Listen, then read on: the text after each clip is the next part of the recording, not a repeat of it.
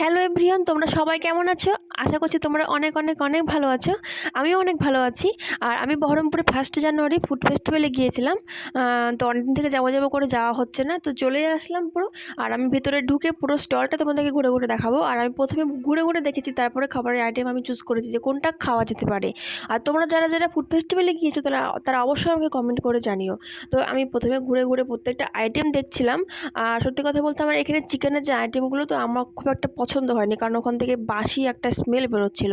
সেই জন্য আমার পছন্দ হয়নি। আর এই দেখো, এখানে আমি একটু পোজ দিয়ে নিচ্ছিলাম ছবি তোলার জন্য। তারপরে এই যে যেখানে যে আইটেমগুলো চিকেনের, সত্যি এখান থেকে একটা বাজে একটা স্মেল বেরোচ্ছিল। তারপরে আমি খেয়েছিলাম পোলাও আর একটা জায়গায় চিকেন কষা, ওটা খুব সুন্দর ছিল। আর এই দেখো, ওখানে সাংস্কৃতিক অনুষ্ঠান হচ্ছিল, গান হচ্ছিল, খুব সুন্দর হচ্ছিল।